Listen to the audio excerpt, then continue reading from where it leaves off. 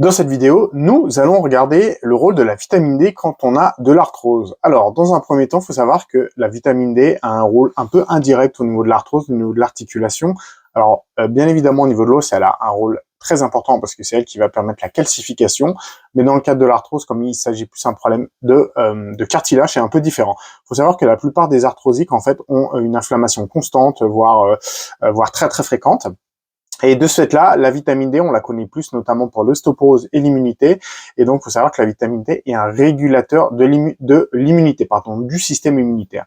Et dans le cadre d'une inflammation, en fait, l'inflammation est entretenue par le système immunitaire. De ce fait, dès qu'on a un quota, dès qu'on couvre ses besoins en vitamine D, et ben en fait, votre système immunitaire fonctionne très bien et ainsi on a en fait une modulation de l'immunité et donc de l'inflammation. Donc ça peut être que bénéfique.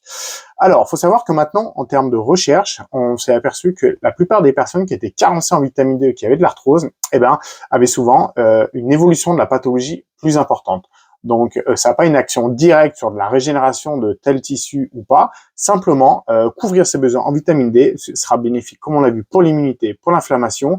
Mais de ce fait-là, comme on a moins d'inflammation, eh ben, on a moins une dégénérescence du tissu cartilagineux. C'est probablement la raison pour laquelle, quand on couvre son besoin en vitamine D, la dégradation des chondrocytes, donc des cellules du cartilage, eh ben, sont tout simplement moins rapides. Voilà, c'est à savoir.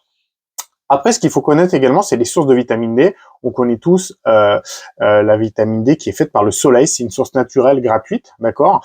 Donc c'est la mieux. Il faut savoir que 70% en France des Français donc sont carencés en vitamine D. Donc bien évidemment, c'est bien plus l'hiver que l'été, d'accord. Donc l'été, bien qu'on soit au soleil, eh ben il faut se protéger, d'accord. Mais on est également fait pour être en contact avec les rayons du soleil. Bien évidemment, si vous êtes en exposition longue, il faut se protéger, mais on peut commencer par aller à l'ombre. Et l'exposition solaire est vraiment la meilleure activation de la vitamine D quand elle est maîtrisée et contrôlée.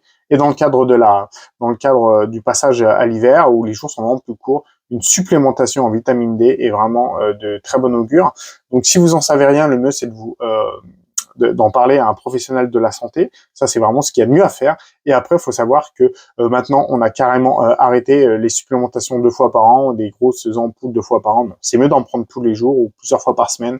C'est bien plus efficace. Alors, à titre d'information, voici les quelques aliments qui contiennent beaucoup de vitamine D. On a les champignons notamment, on a les produits laitiers, on a les œufs, aussi, et on a les poissons gras comme par exemple le maquereau et la sardine qui sont vraiment des apports en vitamine D très très importants.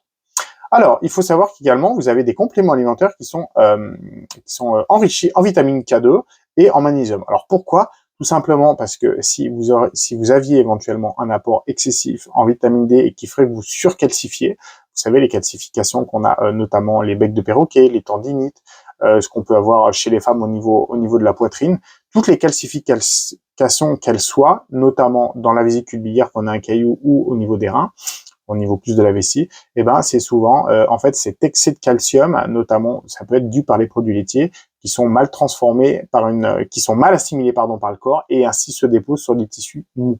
Avec une supplémentation en K2 et en magnésium, on n'a pas cet effet-là. Donc voilà pourquoi vous avez certaines vitamines D qui sont enrichies en K2 et en magnésium et qui sont indispensables.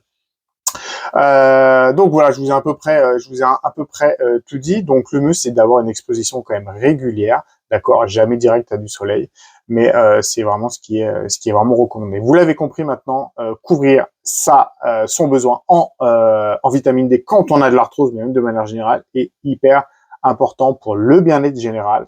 Vous l'avez compris, pour notamment l'immunité en prévention d'avoir des os solides.